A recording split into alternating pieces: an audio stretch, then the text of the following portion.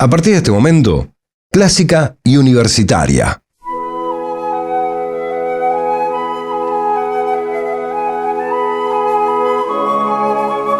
Hola, muy buenos días. Bienvenidos nuevamente a esta emisión de Clásica y Universitaria, donde les proponemos recorrer la música clásica del mundo. Me acompaña en la operación técnica Juan Rojo, la musicalización y producciones de Marcelo Sánchez. Mi nombre, Mariela Cusic, y aquí comenzamos.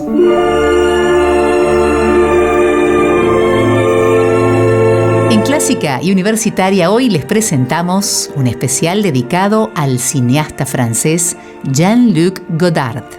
Durante este episodio nos adentraremos sobre la relación del director francés en su cine con la música, en especial la música clásica. En los años de la efervescencia política posterior al mayo de 1968, Jean-Luc Godard redactó un texto para presentar y promocionar su película militante, British Sounds, del año 1970, donde afirmaba: el film es básicamente la crónica de un sonido que se opone a otro sonido. Un sonido revolucionario se opone a un sonido imperialista. En toda película siempre se pone de manifiesto una dialéctica que siempre funciona como resultado de la lucha existente entre las imágenes y los sonidos. Godard decidió desde el inicio de su carrera que la innovación de su cine también era una investigación a través del uso del sonido. La creación de una materia sonora entra en relación con el sonido de la música, ya no solo de las voces y sus posibilidades. Para comenzar esta emisión especial, escucharemos a continuación el segundo movimiento, Adagio, de la obra Concierto para clarinete en A mayor, K622, de Mozart, incluida en una escena de la película Sin aliento, del año 1960, interpretada por el clarinetista sueco Martin Fröst, y Requiem en D menor, opus 48, In Paradisum, de Gabriel Fauré, en el film Pasión, del año 1982, interpretado por Ensemble Musique Oblique en el año 1988.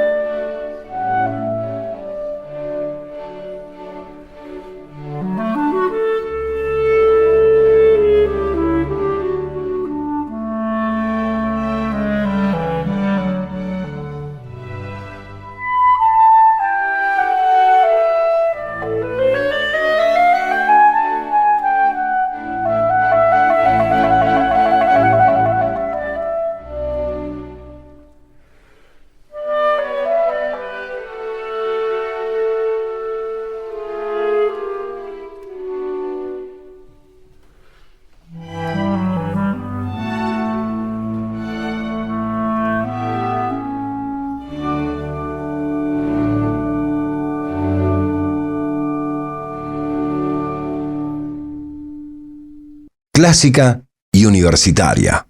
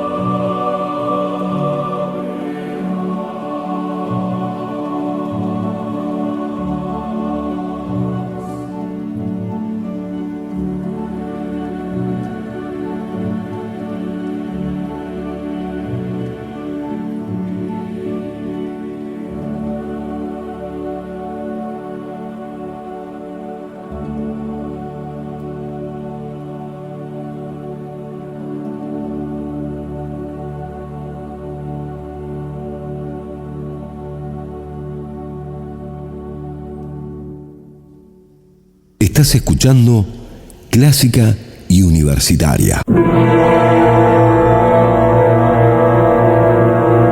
Antes de seguir, quienes hacemos este programa queremos hacer una confesión. Dedicamos el especial a Jean-Luc Godard, además de tener la oportunidad de volver a disfrutar de la música de sus films, porque necesitamos saldar una deuda histórica impaga.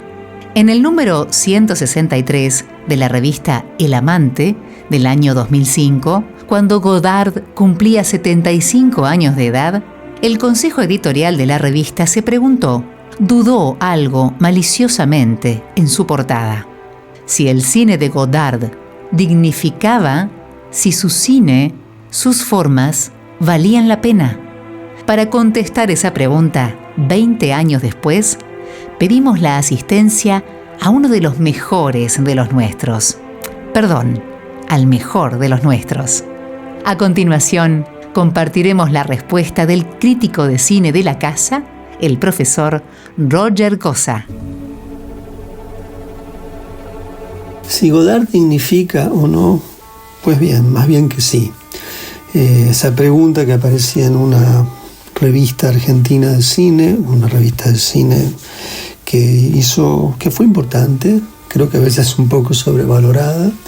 Creo que es hora de cuestionar, revisar, hacer un análisis crítico de lo que fue el amante cine en Argentina, pero eso es un tema para otra ocasión.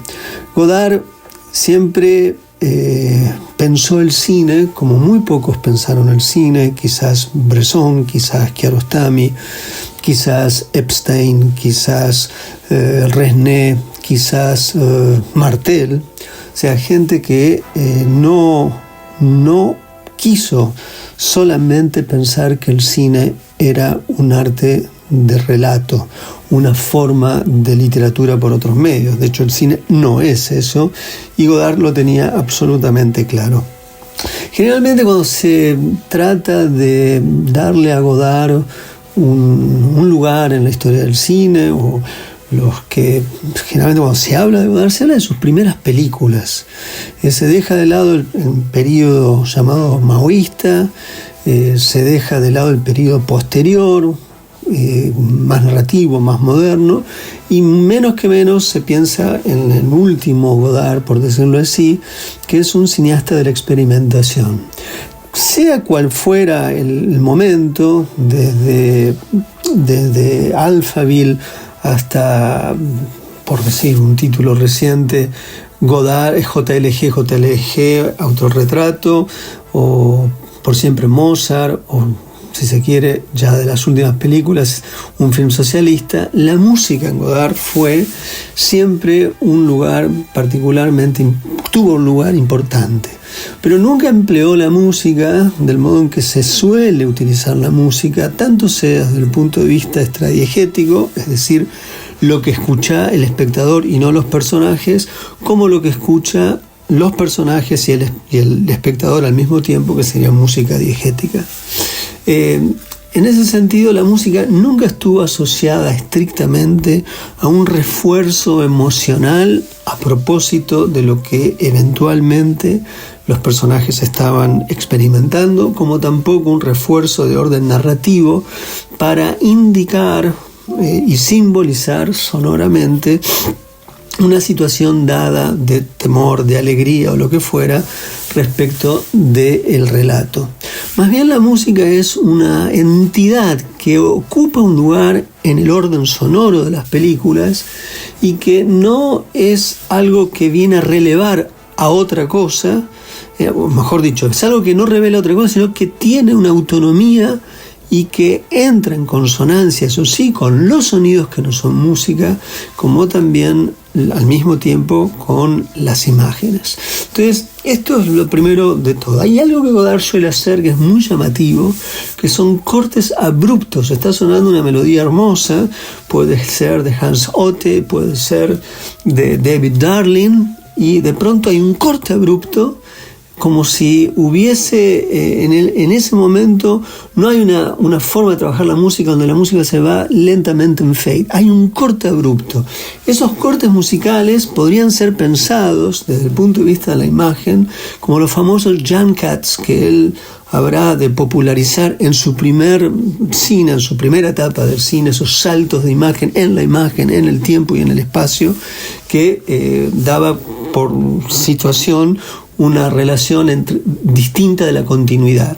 Pero esa es una característica muy peculiar. Lo otro que es absolutamente genial, si uno ha visto las películas de Godard en un cine, es que jamás pensó, hay una anécdota magnífica en el Festival de Cannes, cuando se estrenó, creo que fue con Adiós al lenguaje, que él pensó la subdivisión de los sonidos, música, voces, de tal forma que no coincidía con las formas en las que se suelen setear los cines. Es decir, que esa fragmentación que está en la sala, donde escuchamos, hay una idea de realismo sonoro, en tanto y en cuanto si pasa un helicóptero y lo vemos en la izquierda, vamos acompañando el sonido hacia la derecha. Bueno, todo esto estaba cambiado y mucha gente en el festival creía que estaba mal ecualizada la sala, cuando en realidad era un juego sonoro del propio Godard. Es decir, hay un universo sonoro en Godard que es absolutamente fascinante.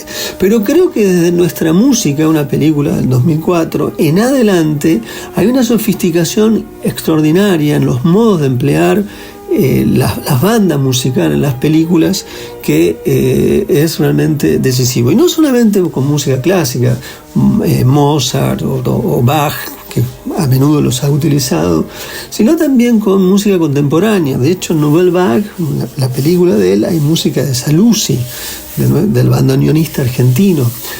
Puede haberse estar Patti Smith, recién nombré a Darling, Hans Otte, que son, o Arvo Pärt, que también ha sido empleado. Es decir, había un diálogo también con la música contemporánea y eso me parece que es importante de decir. Por último, me gusta esto que dice Godard en una entrevista en algún momento. Dice lo siguiente, que me parece que es interesante escucharlo a él hablar. Dice, me gusta utilizar ruido y sonido ambiente y me dan ganas de empezar a trabajarlos como hace un músico con su partitura, de tener una partitura con un fragmento de Chopin, un fragmento de música sintética, un fragmento de ruido de grava y de componer algo con todo eso, además de los diálogos. Entonces me volvería más bien músico, como la gente que compone con un piano y una orquesta. Hay momentos en que incluso estaba contento de haber tenido que cambiar de música sobre la marcha, porque a la izquierda tenía Liszt y a la derecha tenía Wagner, y entonces tenía que encontrar en qué momento podíamos ponerlos a la vez y pasar de uno a otro. Por eso sigue siendo pretencioso y primitivo. El laboratorio francés sacó un sonido óptico correcto porque se llevó la búsqueda hasta el límite, y prácticamente fuimos a Londres a hacer esto. Ahí explica la situación. Pero me parece interesantísimo cómo el tipo piensa la música y ahí se puede ver con precisión. Nada más por ahora.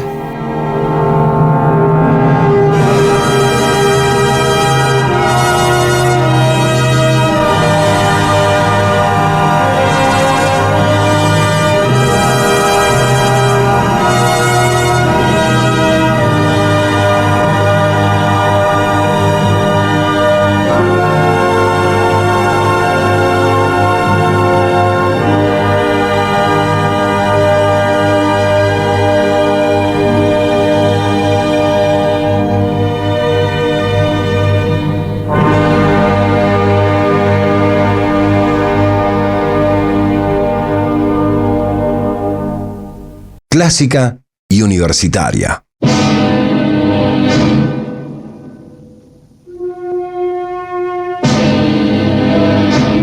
En el film Prénom Carmen del año 1983, Godard filma todo el proceso de cómo toman forma los cuartetos de Beethoven durante los trabajos de ensayo llevados a cabo por los miembros del Quartet Prat. Resulta revelador que en los créditos se lee ya no un film dirigido por Jean-Luc Godard, sino compuesta por él mismo. Él mismo dirá: la música no debe expresar el alma, sino el cuerpo de las mujeres. Es una música fundamental que permite guiar una acción en la que los músicos son tan actores como los otros intérpretes. No es una música que acompaña la película, es una película hecha con música. Mi productor era Carmen y mi guionista Beethoven. Godard sustituye eso por la música abstracta y espiritual de Beethoven, creando una Carmen más cerebral, melancólica y formalmente moderna. A continuación, escucharemos el cuarto movimiento del cuarteto en Fa mayor, opus 135, La decisión difícil, de Beethoven, interpretado por el Alban Berg Quartet, grabación del año 1981, y escucharemos completo el cuarteto en La menor, opus 132, tercer movimiento, interpretado por el mismísimo Quartet Prat en una grabación del año 2021.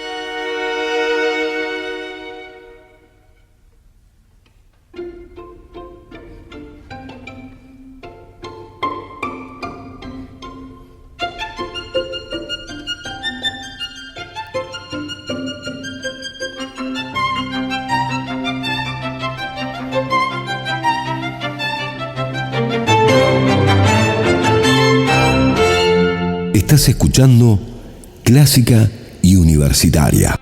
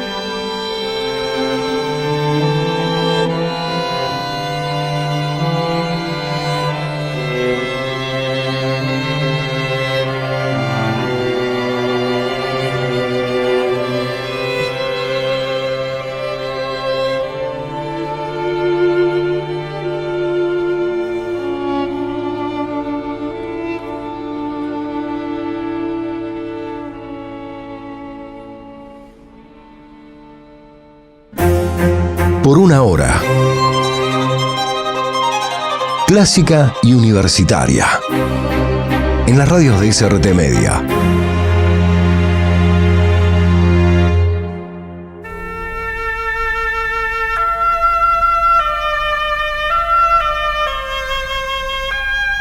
Por último, traemos para ustedes un tema compuesto especialmente por encargo para un film.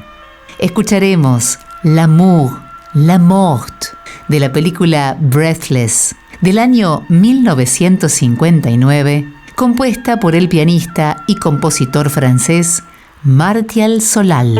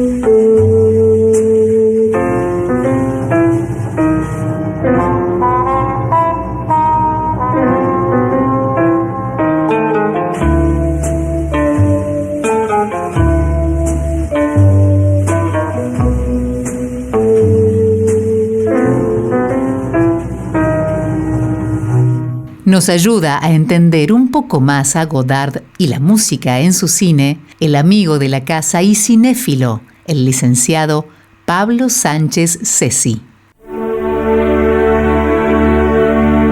Es diciembre de 1994. Godard filma y actúa un personaje para Autorretrato de diciembre de 1994. Es invierno, la luz es glacial. Hay voces y sonidos que vienen de distintos lugares. ¿Son fantasmas? ¿Son recuerdos? ¿Pensamientos? ¿Pesadillas? ¿Elementos para collage sonoro? El personaje Godard, interpretado por Godard, dice: la cultura es cosa de la norma, el arte es cosa de la excepción. Podríamos tomar esa diferencia fundamental entre norma y excepción, entre ley y trampa, entre modelo y rareza, entre el canon y el milagro, como el gesto de escucha godardiano. Escuchar y mirar, como Godard, empieza por separar el dominio de las regularidades con la indomesticada fuerza de lo singular. Esta habilidad es la que tiene un cineasta que tiene que elegir el instante preciso para hacer los cortes entre planos. Es la sensibilidad que tiene que tener para colocar una pista de sonido arriba, debajo, al costado de un conjunto de imágenes. La autonomía del arte, del cine, de la política, empieza por organizar, es decir, separar lo que es norma de lo que es excepción. A lo largo de una filmografía extensa, pasando por estéticas y épocas, por inhibiciones y fijaciones, Godard persigue invariablemente el sonido. Quizás es una muestra del marxismo. Supone de alguna manera que hay una continuidad entre lo que una sociedad escucha y hace sonar y lo que esa misma sociedad hace con la violencia y su representación. Si vemos Sympathy for the Devil, ¿por qué una película sobre los Rolling Stones debería concentrarse sobre las Panteras Negras? Si vemos nuestra música, ¿por qué una película sobre la guerra y su crueldad, que dedica sus primeros minutos a una secuencia o carrusel macabro de bombas que caen y ejércitos que se enfrentan, tendría a la vez música tan maravillosa como banda sonora? ¿Por qué no el silencio? ¿Por qué no el ruido? ¿Por qué la música acompaña el horror? Quizás no haya un cine Godard, ya que es un artista siempre en expansión y experimentación, siempre dispuesto más del lado de la excepción que en el de la regla. A la vez fue un cineasta prolífico y longevo, lo que adhiere más dificultades a buscar las invariantes, los principios y fundamentos de su obra, pero sin embargo la música siempre está ahí. Está bien, el cine de Godard, por más periodos que atraviese, siempre es romántico, revolucionario y reflexivo, pero esta condición revulsiva y la profesional tendencia al desvío se manifiesta musicalmente. ¿Cuál es la música para camaleones como Godard? Mozart y Legrand, Fauré y Jagger, la vanguardia y la tradición, el canon y lo contemporáneo. A veces cuando el DJ es Godard, Mozart suena más rockero, más joven, más sensual que el mismísimo Mick Jagger. La reflexión sobre la imagen es reflexión sobre el tiempo y por lo tanto reflexión sobre el poder. Y la reflexión sobre la música es reflexión sobre el cuerpo y por lo tanto de sus pasiones, su sed, sus orificios, su deseo. Decimos de una imagen o de un sonido que es estéreo cuando reúne las condiciones materiales para transmitir una sensación de tridimensionalidad, de profundidad y espacio, de solidez. Quizás una hipótesis: el cine es lo sólido que se desvanece en el tiempo. Otra hipótesis: la música es lo gaseoso que se canaliza en el espacio. El cine de Godard es estéreo por este conocimiento de las materias significantes del sonido y la imagen. Esta solidez, esta capacidad de proyectar un canal, una mirada. El sonido y la música, como bien sabe Pascal Quignard, pueden ser fascistas, prescriptivos, más estereotípicos que estereofónicos. Pero en Godard el sonido parece dudar, no porque no tenga convicciones, sino porque interroga, cuestiona. Hay toses, timbres guturales, susurros, quejidos, graves y agudos que parecen no tener referente conocido. La música y el sonido en Godard hacen temblar la percepción porque son vehículos cognitivos. Para Godard, tan importante como los ojos y la mirada son las voces y los oídos. Repone o propone constantemente relaciones inesperadas entre ambos planos, más como un contrapunto o una fuga. Hay siempre aquí una búsqueda por la textura, por su complejidad y sus pliegues, sus arrugas, La música puede arrugar una imagen como la lluvia o una cremación. También puede planchar y alisar una secuencia de imágenes. Gran parte de la obra de Godard, sobre todo su fase ensayística en el grupo Dziga Vertov, se orienta al pensamiento. Es un cine que, además de narrar, especula sobre el estatuto de la imagen en la cultura de su tiempo y el porvenir, sus consecuencias, sus amenazas. Pero también el cine Godard es un pensamiento sobre la música, o sobre cómo la música puede producir imágenes. En algún punto es Godard también un director de orquesta. A pesar de los mitos de paparazzi sobre su heroísmo de gran autor del cine vanguardia, Godard es más un Mozart que un Jagger. Siempre está la música en Godard. En Vivir su vida, Naná, es decir, Ana Karina, baila un típico swing de los 60. La composición es de Michel Legrand, mientras pasa por las mesas de pool y se mira con los parroquianos. Falta para que la película se vuelva completamente desoladora. En banda aparte, Odile, Ana Karina nuevo, baila con sus compañeros, quizás con menos seriedad y peligro que el personaje de Vivir su vida. Es un cine, el de Godard, en el que se baila, en el que la música todavía es un alimento para la pasión. Menos mal, no podríamos creer en un cine que no baile.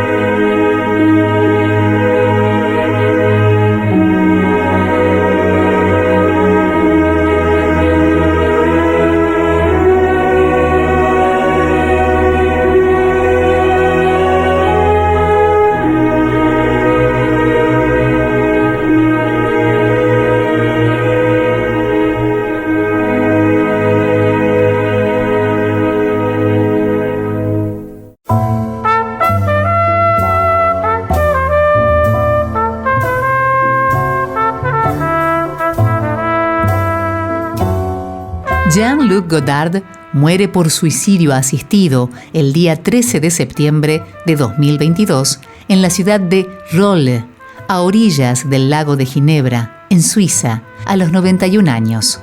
Nuestro querido Roger escribió para despedirlo en un diario local. Godard quiso hacer público que el fin de su vida no fue por una enfermedad o algún sufrimiento que no le permitiera seguir adelante. Entendió que su tiempo estaba perimido. Como un estoico, dejó el mundo diciendo él mismo hasta acá. Cuando se termina una película, se dice corte.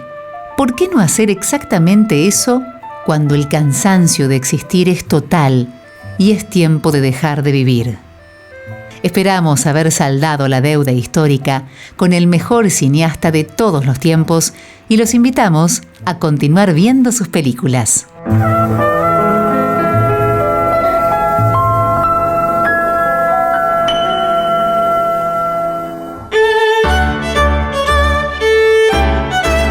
La mejor música clásica y sus novedades en Clásica y Universitaria, en las radios de SRT Media.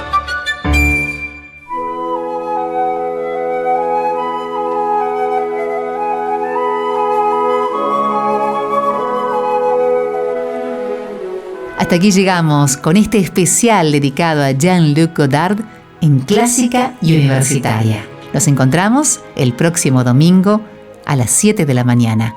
Estuvo en la operación técnica Juan Rojo, producción y musicalización Marcelo Sánchez. Mi nombre, Mariela Cusic, que les dejo un fuerte abrazo. Chau, hasta la próxima.